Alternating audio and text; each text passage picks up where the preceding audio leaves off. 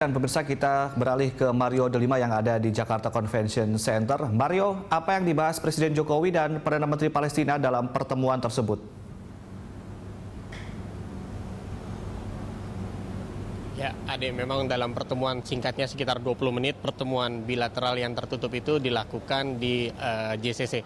Tadi sempat dilakukan pertemuan dengan mengutamakan adalah isi dari kondak yang akan dibicarakan pada KTT besok, yaitu tentang kemerdekaan Palestina.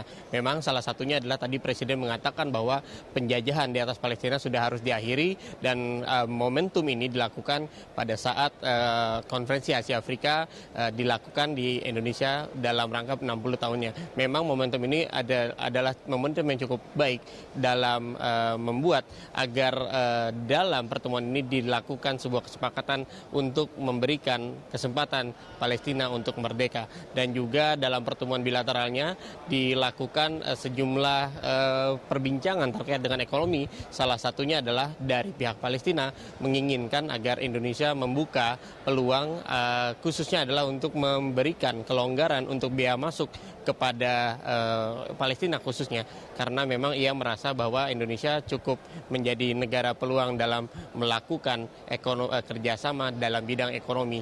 Nanti juga Presiden mengatakan bahwa hal-hal atau poin-poin yang sudah dibicarakan secara bilateral nanti akan dibawa ke tingkat yang lebih tinggi, yaitu KTT-nya atau konferensi tingkat tingginya yang akan dilakukan di plenary hall pada esok hari. Dan juga memang dari Palestina sendiri sudah menjadi isu yang diangkat secara khusus di dalam KTT konferensi Asia Afrika ini dalam hal kemerdekaan, karena memang seperti yang sudah dibicarakan pada saat pembukaan bahwa KAA ini atau konferensi Asia Afrika akan mengedepankan kesetaraan dan kesamaan antar bangsa.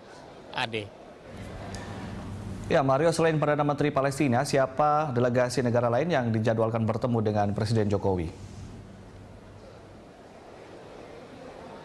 Ya, tadi pagi memang dilakukan pertemuan dengan Palestina. Namun setelah itu dilakukan secara berurutan, yaitu dengan Perdana Menteri dari Kamboja yang bernama Samdech Hun Sen.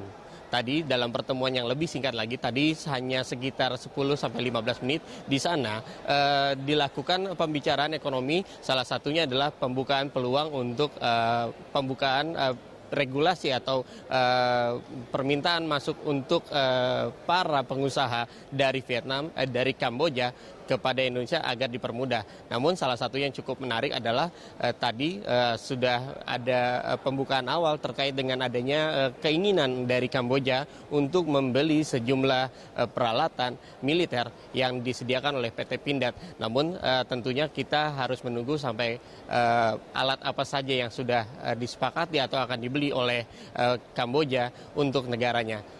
Dan saat ini memang Presiden sudah melakukan, setelah melakukan pertemuan dengan Kamboja, sedang berkeliling di JCC karena memang ia ingin melihat situasi di mana konferensi tingkat tinggi yang akan dilakukan di plenary hall JCC ini akan dilakukan esok hari. Dan saat ini Presiden masih berputar untuk melihat tempat baik dari plenary hall, tempat utama, ataupun dari ruangan-ruangan tertentu. Karena memang banyak sekali agenda yang dilakukan di luar jadwal oleh Presiden terkait dengan kegiatan konferensi Asia Afrika hari ini. Kembali ke Anda, Ade.